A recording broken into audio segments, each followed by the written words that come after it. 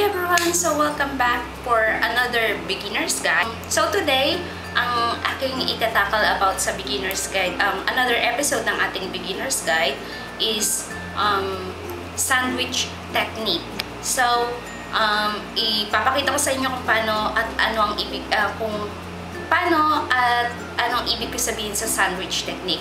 So, for example, kasi ang sandwich, diba, tinapay, and then palaman, tapos tinapay. So, ganun din siya sa eyeshadow, kung paano natin siya i-apply sa ating mata. Para gagamitin natin yung same technique na ganun. So, bali, yung isang color na nandito, tapos gagamit tayo ng another color na usually lighter, and then yung same color na nandito rin sa unang color na in-apply natin. So, kaya siya tinawag na sandwich technique kasi parang ipapalaman natin yung isang color and then two same color sa gilid. So, kung gusto niyo matuto kung paano mag-apply ng eyeshadow gamit ang sandwich technique, please stay tuned po and hope you enjoy.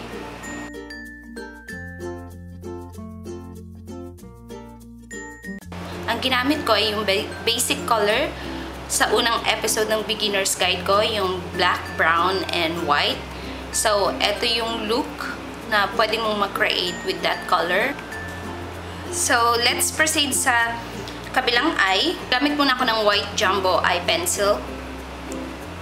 So, bali ganito. I-apply ko muna siya sa lid. Bali parang ito yung pinaka-base.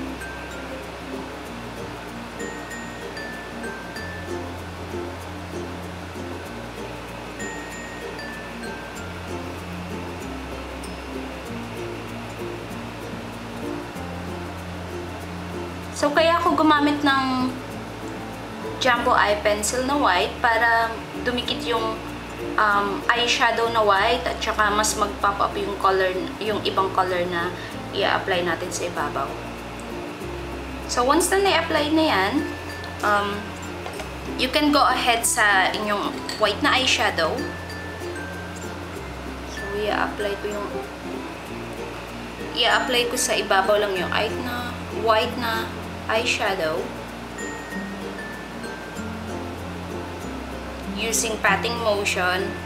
So, hindi ko siya i-drag para hindi matanggal yung kulay na nailagay na natin sa ibabaw.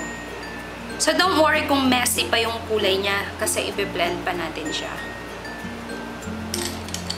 So, this time, we go ahead sa ating transition color. So, yung transition color is importante sa pag-apply ng eyeshadow para wala siyang harsh line at saka yung mga colors na gagamitin mo is magta-transition siya ng mas maganda sa iba pang colors na gagamitin mo sa eye makeup mo. So, on this one, gagamit ako ng brown na eyeshadow. So, since hooded yung aking mata, i-apply ko siya ng mas mataas dun sa fold na, normal fold ng aking lid. So, dito yon. Bali, ito yung magiging transition color ko. And para mag-blend na rin yung gilid, yung harsh lines na meron tayo dun sa white. At saka magkakaroon siya ng more depth. So, ang always key, katulad nga nung iba sinasabi nila, is to blend. Let's go ahead sa ating darker color, sa black. Maganda kung mag-umpisa ka muna ng paglagay ng color light, paunti-unti. Kumbaga, i-build natin siya, hindi natin siya fully na ipapak lang sa diretso sa ating mata. So, slowly nating i-build yung kulay. Una, i-apply natin siya sa outer part ng ating lid, which is etong side na to, sa pinakagilid. So, dyan tayo mag-uumpisa. Lalagay nyo yung black, katulad lang ng ganyan. Tapos, i-blend nyo siya inwards. Try to avoid na i-drag hanggang gitna. So, i-drag lang natin siya, i-blend lang natin siya pa konti-konti. Inwards. And, Huwag natin tatakpan yung white. As we go, we can add more color. And remember, huwag natin iwanan nating white yung sa gitna. Kabilang gilid.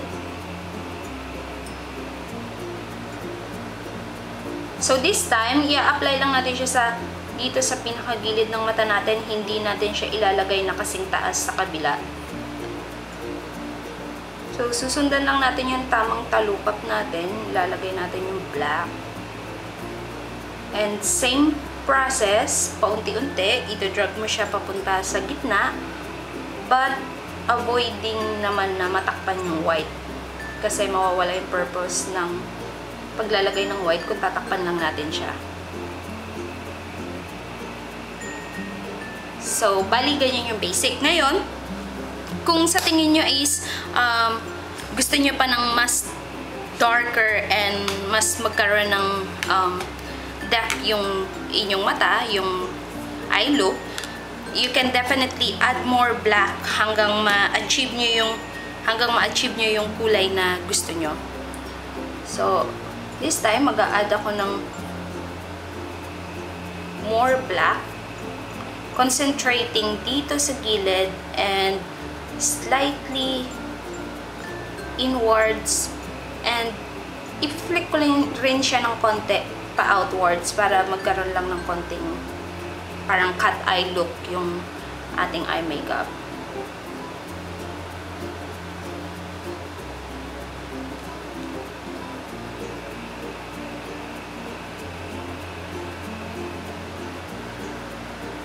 So once na ganyan na siya, we can go ahead, kuha tayo uli ng blending brush.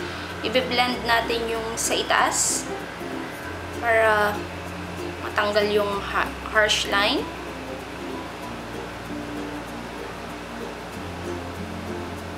You can also add brown kung gusto nyo, pero konting-konti lang.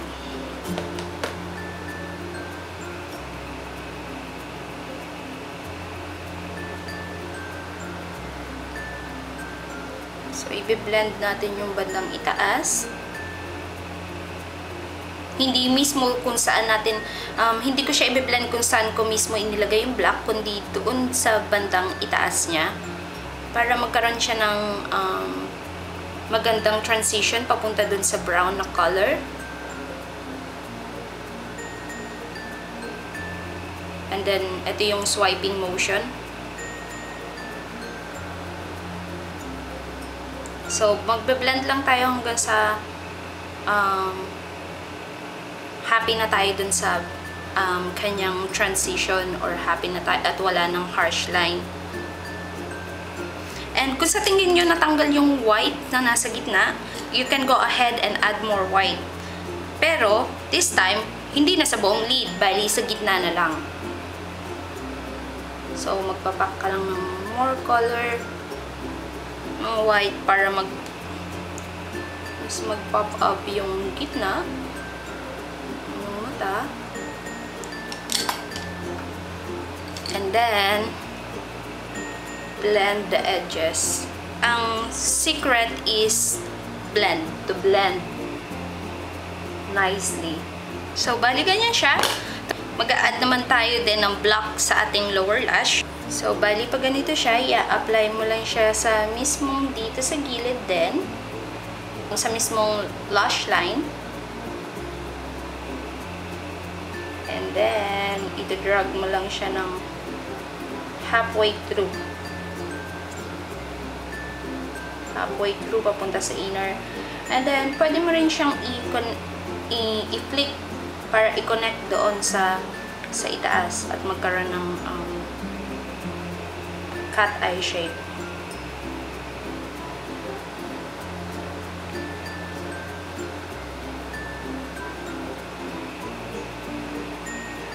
So, once you're happy with that, mag-apply naman tayo ng ating highlight sa ating brow bone. Lalagay natin dito yan.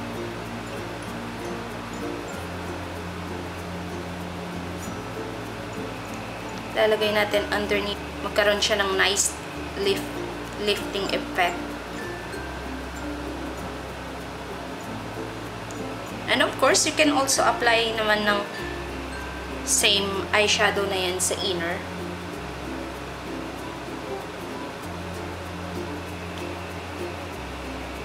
This one, I'll apply a little bit.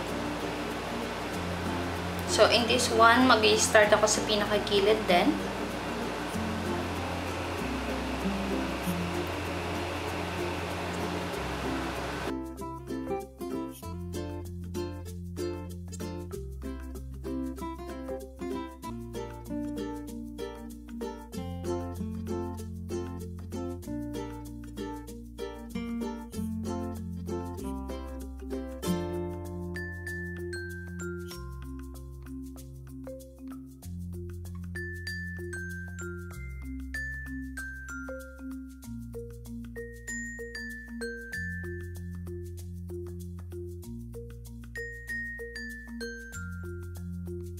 And now you can apply your mascara and false lashes kung desire nyo.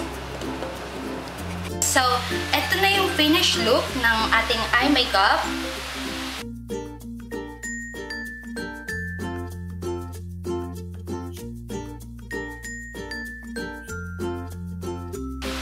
So, hopefully meron kayong natutunan, and please give me a thumbs up kung na-enjoy nyo ang aking video, and I will see you in my next video. Bye!